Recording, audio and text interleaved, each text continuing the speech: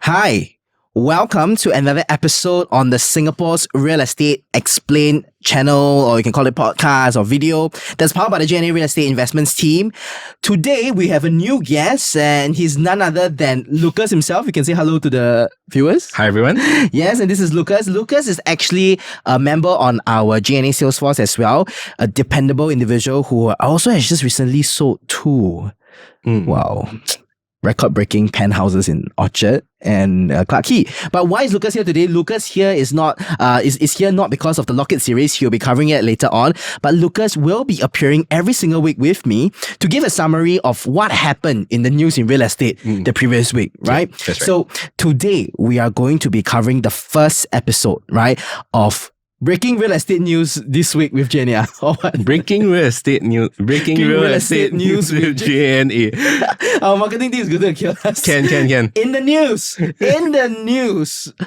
Not with JNA Real Estate, but in the news. In the news. Okay, let's just think about it later on. I Okay, think we need can. a more catchy one, but we just want to give you a summary of what happened in the real estate market from 4th April to the 10th of April 2023. So Lucas, take it away. Okay, so I don't want to touch on numbers yet. Yeah. Okay. Too many numbers, yes. Too many. Everyone's worried about prices, rental prices, Every property year. prices, HDB prices. Every day. Every year, every day, every what minute. is- every time my friends always ask me, hey, how's the Market. market? That's on everybody's mind. Let's start with something softer. Yeah. Okay, so Kelsar Crescent Prison, Okay. A prison. Admiralty, Ah. is going to be transformed into a residential area. Interesting. Yeah. Not the best marketing and branding move, huh? Yes. I believe it's not a condo, right? No, HDB. So, yeah. not many people know where Kelsar Crescent Prison is. I think only Changi Prison is the most famous. Yes, I Right. honestly did not know there's such a place called Kelsar Crescent Prison. I know there's like this soccer team called Balestier. Is it Kelsar or something? Yeah, Kelsar something. Yeah, that's the only thing I know. Tell me more. Tell me more about this place. So I have done some research about the locality. This is where Kelsar Crescent Prison is. If you look at the screen, wow, Malaysia. It's just here. Yes, I mean, Yeah. if you love going to Malaysia on the weekends, or even if you work in Malaysia, Yeah, you can right? just I think drive. this for Yeah. Woodlands lovers, this is like the epitome of Woodlands convenience, Really? right? I will think that this okay, I've been staying in the West for years, okay? I'm moving to the East, but wow, this one really really had to bring the passport to the place. Well, always say, right, hey, you stay in the West, I bring passport, because Malaysia is just across, the Yeah. causeway is just like maybe 2-3 minutes drive away. Yeah, it'll be Yeah. faster to go to Malaysia than Orchard Road, that's for sure.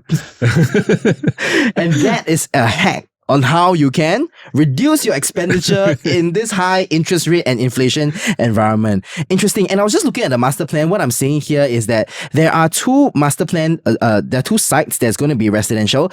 I would believe that this will be where the HDB is going to be at.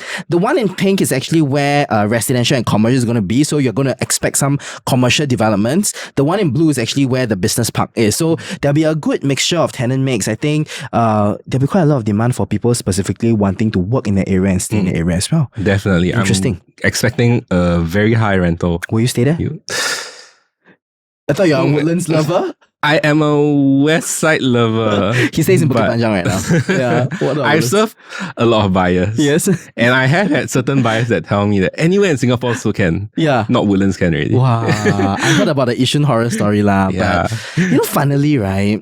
I have not sold a HDB in Yishun before. Yeah. Not that I really want to. I will want to hit a record price there, but never. And I'm seeing this area here, not too bad lah, honestly, right? You have an Admiralty Park over here, Woodlands North MRT station that is also nearby. Strong tenant mix. You have a commercial in the area, which I showed you just now as well. And yeah, perfect for Woodlands lover. And once the Woodlands Regional Hub, the full transformation's in place, Yeah. it's going to be even more bustling. Epic. Yes, epic. You know I hate that word. If you know, you know. You can't hit that word. That is what made us journey. Epic. Sneaky, are you there? Epic. Okay. All right. Okay, great. What about the next news that we have? Okay, then let's move on to HDB resale prices. Interesting. Increasing again. Yes. Yeah. So, who's worried about HDB resale price Actually, not really, right? I think for the first timers, I think the first timers is quite a hard hit on them. I mean, there's a lot. The BTOs are still taking quite long. Yeah. I mean, recently, 2 weeks ago in the news, was the torrential rain has been delaying BTOs again. Everything delays a BTO lah, huh? COVID, construction, now it's torrential rain.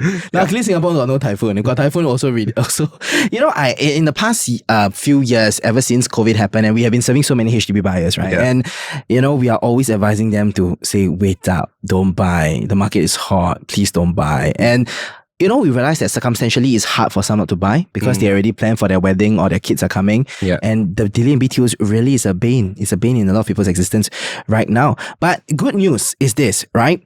The cooling measures that the government has effected in the HDB market has been effective. You know what's one thing I love about Singapore?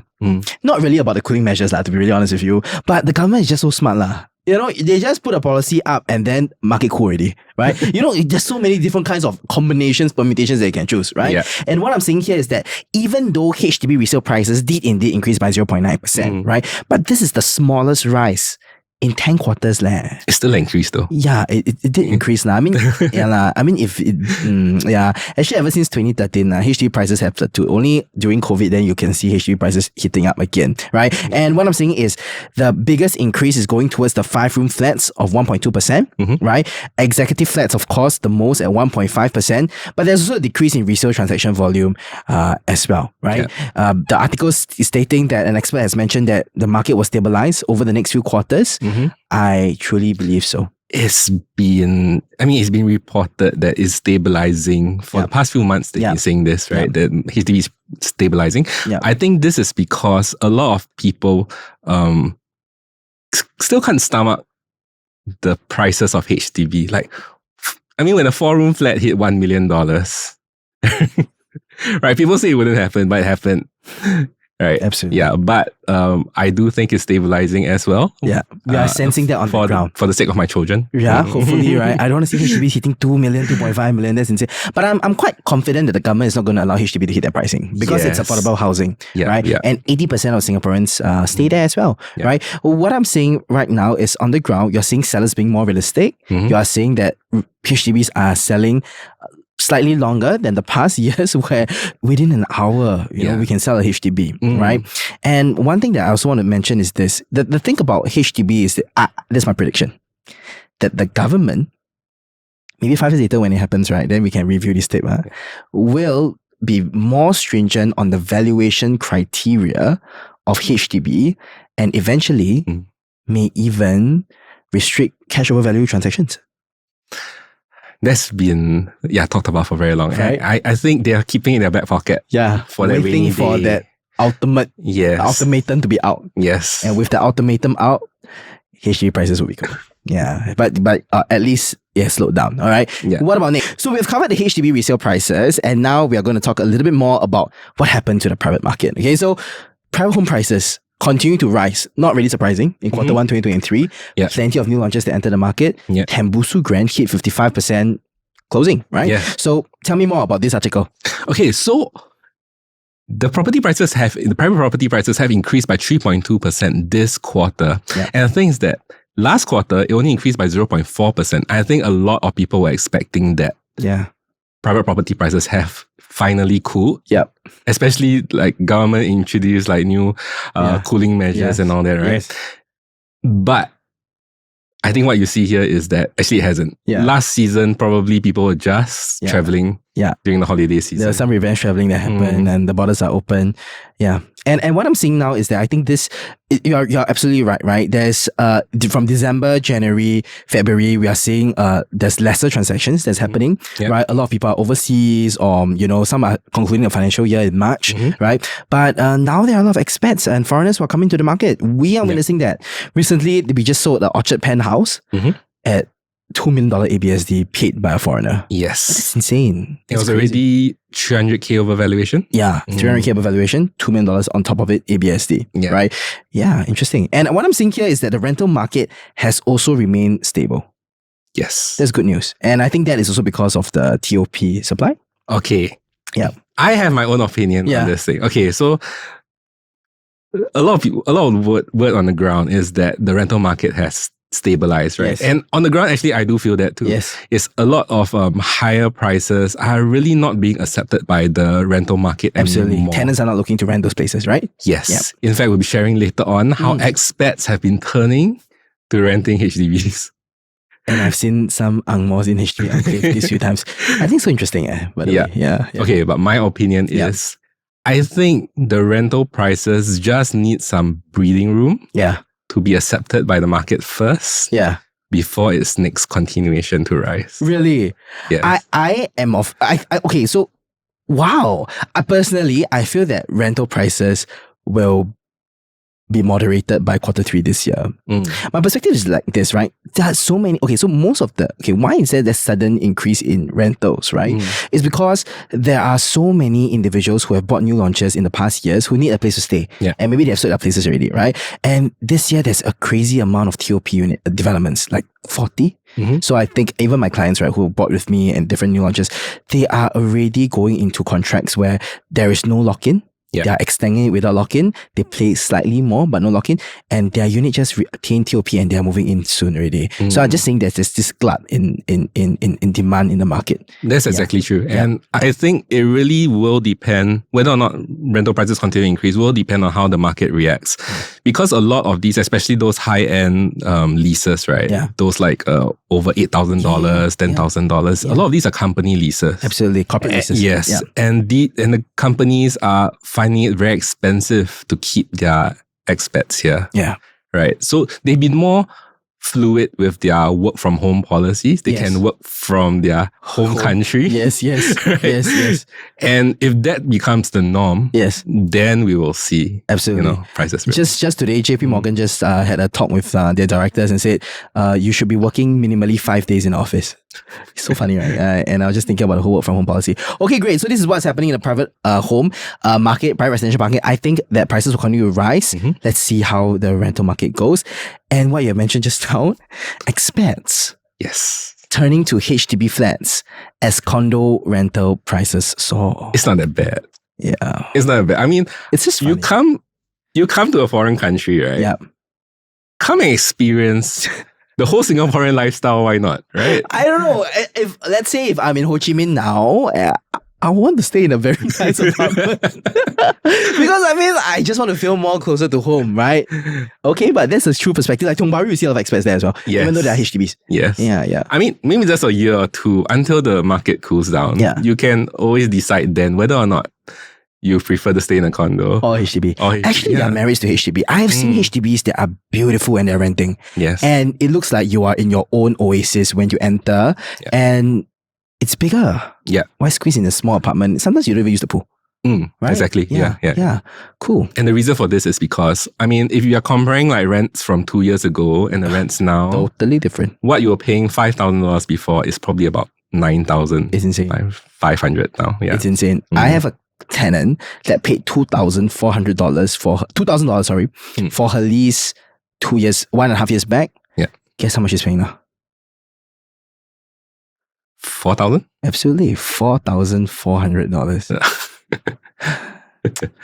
Yeah, so it's doubled. Yeah. Right? And and that's also why there's the birth of a lot of co-living companies that is coming up, wanting to catch this rental market as well. Yeah, that's absolutely. Right. Okay. Wow, this news is a little... Good news or bad news? Good news for my landlords, definitely. But I don't think this is good news for the 280 landlords that were caught. So what happened actually here? Okay. So because of the increase in rental prices, right? A lot of landlords accidentally underdeclared their rental income. Okay. So basically increase their rent by double. Yeah. But then forgot to declare that rental income. Yeah, and didn't pay the proper stamp duty as well. And that is when you can see that, more than $1.3 million in taxes and penalties, right? So being in Singapore and being in this market for 6 years, right? I honestly think that there is really no merit in trying to find a way to circumvent anything that the government has put in place. Our government is smart. Yeah, right? yeah. And there is no way in saving some money just so that you can make a little bit more. Yes. Yeah. Think about how you can make more money rather than think about how you can save and skim on more money. That's my perspective as well. I think some people also are just not familiar with. I mean, you can reduce your taxes on rental. Yes. By expenses. There's so many different ways you can do that. Yes, but you have to be familiar with what are the kind of expenses you are allowed to deduct from your tax. Absolutely. I think this also relates to personal income taxes that we see in realtors where, there's always creative ways, legit legal ways and creative grey ways that you can go for. And I always advocate for going for what's right because no point sleeping at night thinking about, all the things that may come as a snowball when you are just progressing in life and maybe you're having a good life and then suddenly because of the things that you've done in the past and then it all comes like this 280 landlords. I think it's so unfortunate that they were caught, right? For underreporting their income as well. Yeah. I mean, if you don't have the experience, right? Get an accountant. Precisely. We get accountants to manage our taxes for us because we have no experience. I mean, if you're a landlord, your rental prices have increased a lot already. You're getting double the income now. Sure, you might have to pay mortgage interest, but you're also getting a bit more income now. Absolutely. You can afford an accountant. Absolutely. I think you can afford to pay a little bit more to the government right, for being able to increase our income as well. So this is, I think, the end of our real estate news by JNA Real Estate. We still haven't come up with the term for this, but we just hope that you have that quick summary, right? When you're in your car driving, when you're in a plane thinking, or maybe you're a Singaporean, right? Going overseas, working, and you just want to know a little bit more about the real estate market, right? So our goal is just to bring you that bite-size, the key information that happen every single week and just share with you a little bit more about our opinions as well. We like to be a bit more casual. We like to be a little bit more opinionated at times. Hope that you don't mind us on that. I think that is just the real us, real self. But thank you so much for watching this episode. If you love it, remember, give us a like. We are in the midst of creating a Telegram channel to be blasting some updates to all of y'all who wants to be part of that JNA community. So you will have news of that really soon. If you love it, share with your friends. Please like, give us 5-star reviews on Google as well because this will really benefit us, right? Thank you for watching this. This is Jarvis. This is Lucas. This is the episode of Real Estate News by Thank you so much for watching this episode of JNA, Singapore's Real Estate Explained. Thank you so much and I'll see you guys soon. See you guys next week. Bye-bye. Bye.